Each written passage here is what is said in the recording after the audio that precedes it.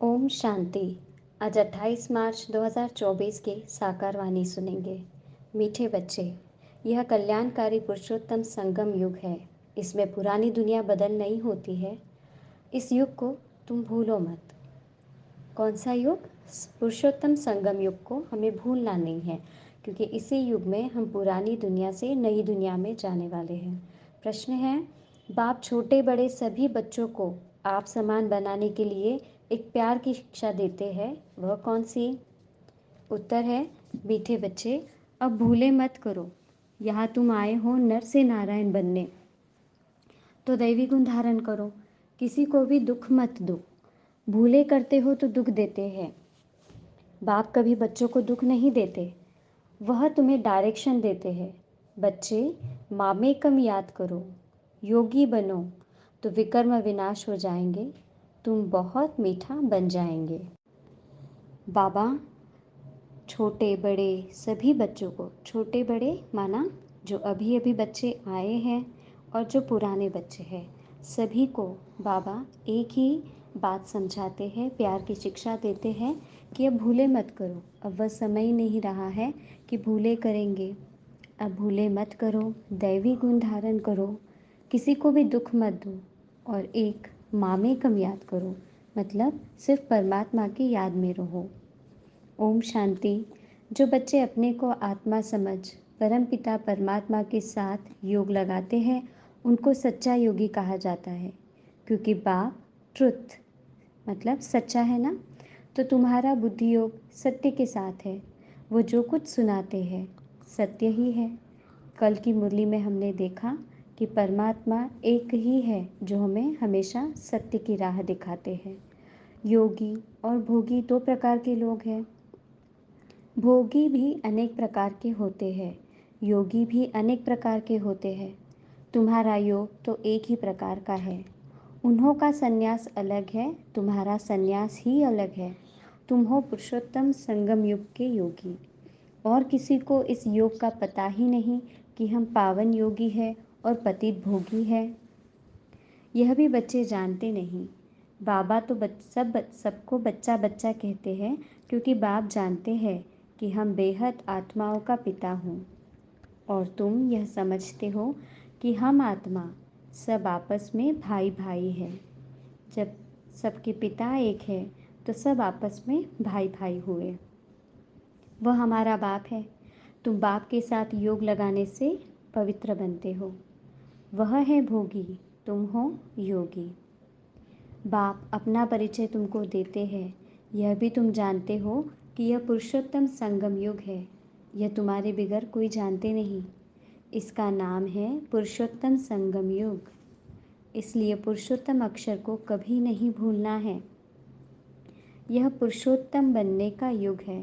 पुरुषों में भी सर्वश्रेष्ठ उत्तम बनने का यह युग है। यहाँ पुरुष का अर्थ जेंट्स या मेल ऐसा नहीं।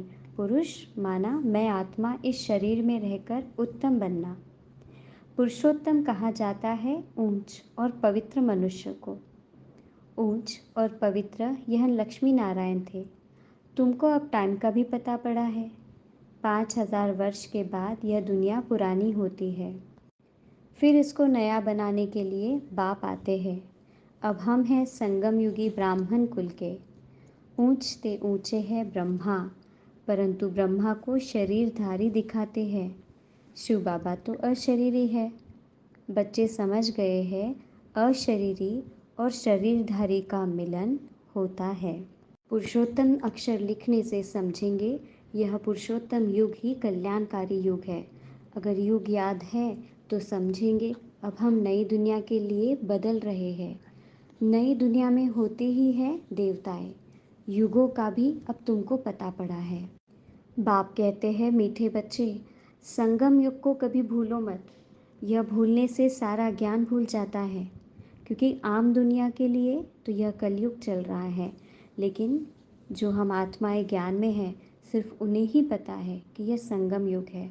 और संगम युग में ही परमात्मा आकर हमें ज्ञान देते हैं। अगर हम यह भूल जाए कि यह संगम युग है तो सारा ज्ञान भी भूल जाएगा। तुम बच्चे जानते हो अब हम बदल रहे हैं।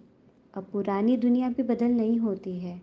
बाप आकर दुनिया को भी बदलते हैं तो बच्चों को भी बदलते हैं। चक्र को भी सिद्ध करना है। हर एक अपना अपना धर्म स्थापन करते हैं। यह देवी देवता धर्म सिवाय बाप के कोई स्थापन कर न सके। यह धर्म कोई ब्रह्मा नहीं स्थापन करते। नई दुनिया में है देवी देवता धर्म, पुरानी दुनिया में सब मनुष्य ही मनुष्य है। बाप तुम बच्चों को रावण पर विजय प्राप्त कराते हैं। रावण पर विजय प्राप्त होते ही राम राज्य शुरू होता है। राम राज्य नई दुनिया को और रावण राज्य पुरानी दुनिया को कहा जाता है।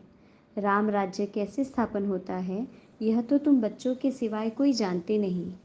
रचयिता बाप बैठ तुम बच्चों को रचना का राज समझाते हैं। बाप है रचयिता, बीज रूप। बीज को कहा जाता है वृक्षपति। अब वह जड़ बीज है, उनको तो ऐसे नहीं समझेंगे। तुम जानते हो बीज से ही सारा झाड़ निकलता है। सारे विश्व का कितना बड़ा झाड़ है, वह है जड़, यह है चैतन्य।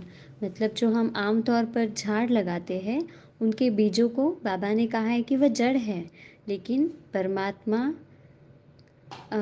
सृष्टि रूपी झाड़ का चैतन्य बीज है। सच्चित आनंद स्वरूप मनुष्य सृष्टि का बीज रूप बाप है। उससे कितना बड़ा झाड़ निकलता है। मॉडल तो छोटा बनाते हैं। ऊंच से ऊंच बाप नॉलेजफुल है। उन झाड़ों की नॉलेज बहुतों को होती है। इसकी नॉलेज तो एक बाप ही देते हैं। अब बाप ने तुम्हें हद की बुद्धि बदल बेहद की बुद्धि दी है। तुम इस बेहद के झाड़ को जान गए हो। कितना बड़ा पोलार इस झाड़ को मिला हुआ है। बाप बच्चों को बेहद में ले जाते हैं। अब सारी दुनिया ही पतित है, सारी सृष्टि ही हिंसक है, एक दो की हिंसा करने वाले हैं। अब तुम बच्चों को ज्ञान मिला है। अहिंसक सिर्फ एक ही देवता धर्म होता है सतयुग में। सतयुग में सभी पवित्र सुख शांति में रहते हैं। सब मनोकामनाएं 21 जन्म के लिए पूरी हो जाती है। सतयुग में कोई कामना नहीं, अनाज आदि सब कुछ अतः मिल जाता है। पहले पहले नया झाड़ बहुत छोटा होता है। पहले थूर में एक धर्म था, फिर फाउंडेशन से 3 ट्यूब निकलती है। थुर माना जो झाड़ का निचला हिस्सा होता है, एकदम निचला और बड़ा वाला हिस्सा। तो बाबा कहते हैं कि सबसे पहले थुर में एक धर्म था। सबसे पहले था सतयुग में आदि सनातन देवी देवता धर्म। फिर फाउंडेशन से 3 ट्यूब निकलती है।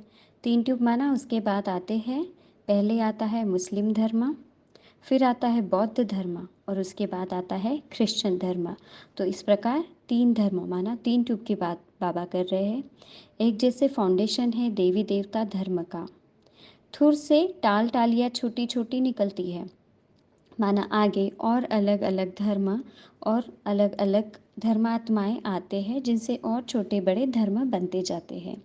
अब तो इस झाड़ का थुर ही नहीं है और कोई ऐसा झाड़ होता ही नहीं।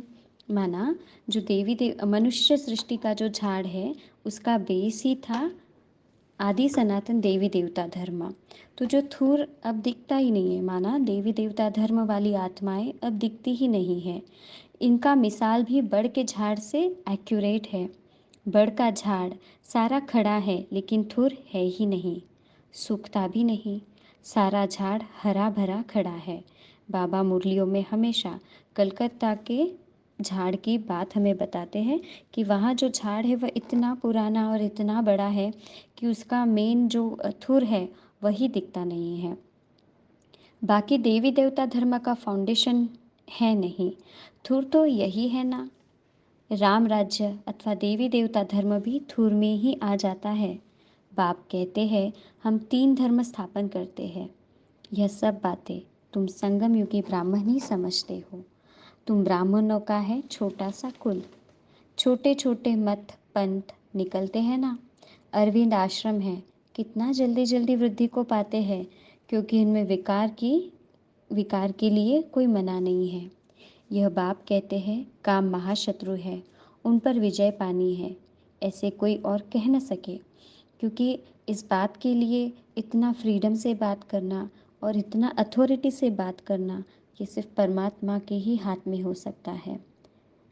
यहाँ तो है ही पतित मनुष्य, तो पावन बनने की बात नहीं कह सकते। कहते हैं विकार बेगर बच्चे कैसे पैदा होंगे। उन विचारों का भी दोष नहीं है। गीता पाटी कहते भी है भगवान उवाच, काम महाशत्रु है, उनको जीतने से जगत जीत बनते हैं, परंतु समझते नहीं। वह जब यह अक्षर सुनाते हैं तो उन्हों को समझना चाहिए। इस पर बाबा कहते हैं जैसे हनुमान दरवाजे पर जूतियों में बैठता था, बाबा भी कहते हैं जाकर किनारे बैठकर सुनकर आओ। फिर जब यह अक्षर कहे तो पूछो इसका रहस्य क्या है। जगत जीत तो यह देवताएं थे। देवता बनने के लिए तो इन विकारों को छोड़ना पड़े। यह भी तुम कहते हो। तुम ही जानते हो कि अब राम राज्य की स्थापना हो रही है। माना परमात्मा हमें कहते हैं कि जहाँ पर ऐसे सत्संग चलते हैं वहाँ पर जाकर बैठो, और जब ऐसी बातें सुनाते हैं तो उन्हें कहो कि जगत जीत तो देवताएं थे जो कि सर्वगुण संपन्न थे, उनमें विकार नहीं था। तो फिर ये लोग जो जगतजीत होने की बात कह रहे हैं उन्हें हमें पूछना है कि जगतजीत कैसे बना जाता है। महावीर भी तुम हो, इसमें डरने की कोई बात नहीं। बहुत प्यार से पूछना चाहिए, स्वामी जी आपने बताया कि इन विकारों पर विजय पाने से विश्व के मालिक बनेंगे, लेकिन आपने यह तो बताया नहीं कि पवित्र कैसे बने। अब तुम बच्चे पवित्रता में रहने वाले महावीर हो। आज की मुरली से हमें नया नाम और नया स्वमान मिला है कि हम महावीर आत्मा हैं। मैं निडर निर्भय महावीर आत्मा हूँ। महावीर ही विजयमाला में पिरोए जाते हैं। मनुष्य के कान तो रॉन्ग बातें सुनने पर हीरे हुए हैं। तुमको अब रॉन्ग बातें सुनना पसंद नहीं आती। राइट वाले तुम्हारे कानों को अच्छी लगती है। Hear no evil. मनुष्य को सुजाग तो ज़रूर करना है। भगवान कहते हैं पवित्र बनो। सतयुग में सब पवित्र देवताएं थे, अब सब अपवित्र है। ऐसे ऐसे समझना चाहिए। बोलो हमारे पास यह सत्संग होता है, उसमें यह समझाया जाता है कि काम महाशत्रु है। अब पवित्र बनना चाहते हो तो एक युक्ति से बनो। अपने को आत्मा समझ, भाई भाई की दृष्टि पक्की करो। पवित्र बनने के लिए एक बहुत अच्छी युक्ति बाबा हमें हमेशा बताते हैं। सबसे पहले तो खुद को आत्मा समझो। दूसरी बात, अगर जब हम आत्मा है तो हम सबके पिता एक ही है और एक बाप की संतान, सब भाई भाई है। इस नाते से, इस युक्ति से हम पवित्रता को आसानी से ग्रहण कर सकेंगे, धारण कर सकेंगे। बेहद का बाप जो बेहद का वर्षा देते हैं, जब यह निश्चय बैठे तब आगे बढ़े। बच्चों को बाप से कुछ भी प्रश्न पूछने की दरकार नहीं। बाप पतित पावन हैं, उनको ही तुम याद करते हो। तुम उनकी याद से ही पावन बनेंगे। मुझे बुलाया ही इसलिए है। जीवन मुक्ति है भी सेकंड की, फिर भी याद की यात्रा समय ले लेती है। मुख्य याद की यात्रा में ही विघ्न पड़ते हैं। आधा कल्प देह अभिमान रहे हैं, अब एक जन्म देही अभिमानी बनने में ही मेहनत है। इनके लिए माना ब्रह्मा बाबा के लिए भी बहुत सहज है। तुम बुलाते भी हो बाप दादा, यह भी समझते हैं बाप की सवारी हमारे सिर पर है। बहुत उनकी महिमा करता हूँ, बहुत प्यार करता हूँ। बाबा आप कितने मीठे हो, हमको कल्प कल्प कितना सिखलाते हो, फिर आधा कल्प आपको याद भी नहीं करेंगे। अब तो बहुत याद करता हूँ। कल हमारे में कुछ भी ज्ञान नहीं था।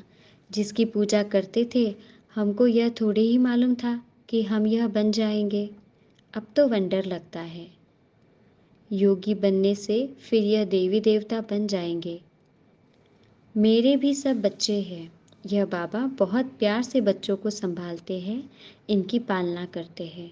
ब्रह्मा बाबा के बारे में शिव बाबा बताते हैं, यह भी हमारे समान नर से नारायण बन जाएंगे। यहाँ तुम आए ही हो इसलिए। कितना समझाता हूँ, बच्चे बाप को याद करो, दैवी गुण धारण करो, खान पान की संभाल करो। क्या क्या बताया आज बाबा ने हमें धारणा के लिए। पहले दैवी गुण धारण करना है, दूसरा खान पान की संभाल करनी है, और बाप को याद करना है। हमने ऊपर देखा बाबा ब्रह्मा बाबा के बारे में बता रहे थे कि बाबा कहते हैं कि बाबा इस जन्म में तो आपको याद कर लो, आगे फिर 2500 वर्ष मैं आपको याद भी नहीं कर सकूँगा, क्योंकि उस समय ये हमें पता ही नहीं होगा कि शिव बाबा है। कुछ न कुछ भूलें तो होती रहती है। छोटे बड़े बच्चों को प्यार से समझाता हो, बच्चे भूले मत करो, किसी को दुख न दो, भूल करते हो गोया दुख देते हो। बाप कभी भी दुख नहीं देते हैं, वह तो डायरेक्शन ही देते हैं। मामे कम याद करो तो विकर्म विनाश हो जाएंगे, बहुत मीठा बन जाएंगे। ऐसा मीठा बनना है, दैवी गुण धारण करने हैं, पवित्र बनो। यहाँ अपवित्र के आने का हुक्म नहीं है, कभी कभी आने देते हैं, वह भी अभी। जब बहुत वृद्धि हो जाएंगी तो कह देंगे यह है tower of purity, tower of silence. ऊंचते ऊंच है ना, अपने को आत्मा समझ बाप की याद में रहना, यह है हाईएस्ट पावर। अब तुमको झूठ और सच के फ़र्क का पता पड़ा है। तुमको बाप ही आकर बताते हैं झूठ क्या है, सच क्या है, ज्ञान क्या है, भक्ति क्या है। भ्रष्टाचार और श्रेष्ठाचार किसको कहा जाता है? भ्रष्टाचार भ्रष्ट आचरण, श्रेष्ठाचार श्रेष्ठ आचरण। इन सब के बारे में बाबा हमें बताते हैं।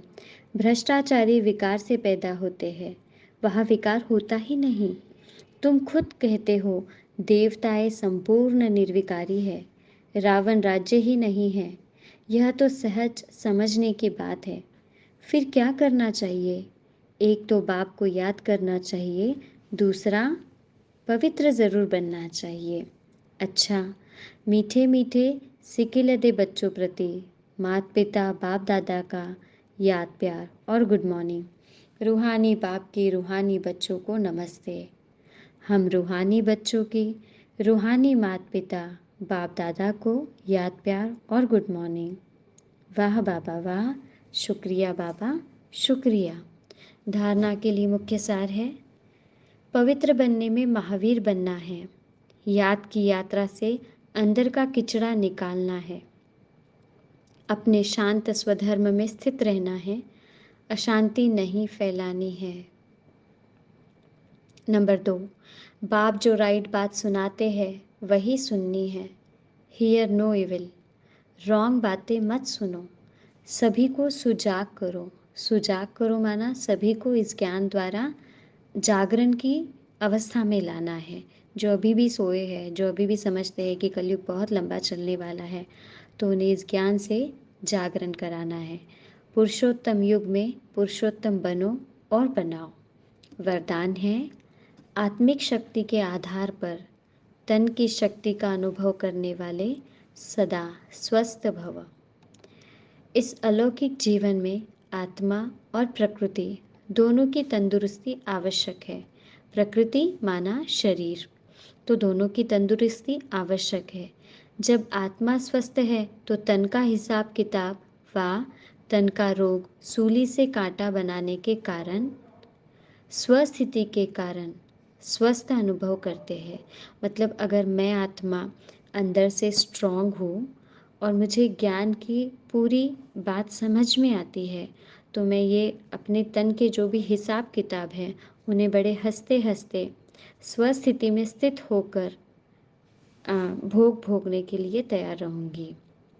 उनके मुख पर, चेहरे पर बीमारी के कष्ट के चिन्ह नहीं रहेंगे। कर्मभोग के वर्णन के बदले कर्मयोग की स्थिति का वर्णन करते हैं। बाबा मुरलियों में हमें हमेशा बताते हैं, हमारे या तो कर्मभोग से चुकतू होंगे या कर्मयोग से। कर्मयोग माना कर्म करते चलते फिरते और बैठा योग जितना ज़्यादा करेंगे उतने हमारे विकर्म विनाश होंगे। अगर हम इस तरह से परमात्मा की याद में रहकर हमारे विकर्मों का विनाश नहीं करते हैं तो कर्म भोग द्वारा हमें इन्हें भोगना ही पड़ेगा, फिर चाहे वह किसी बीमारी के रूप में भी आ सकते हैं।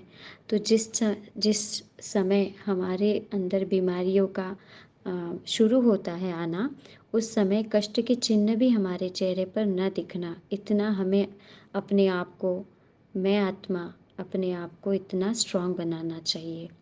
वे परिवर्तन की शक्ति से कष्ट को संतुष्टता में परिवर्तन कर संतुष्ट रहते और संतुष्टता की लहर फैलाते हैं। वे माना हम आत्माएं जो अंदर से स्ट्रॉन्ग है, वे परिवर्तन की शक्ति से कष्ट को संतुष्टता में परिवर्तन करते हैं, खुद भी संतुष्ट रहते हैं और संतुष्टता की लहर फैलाते हैं। स्लोगन है, दिल से, तन से, आपसी प्यार से सेवा करो तो सफलता निश्चित मिलेगी। ओम शांति।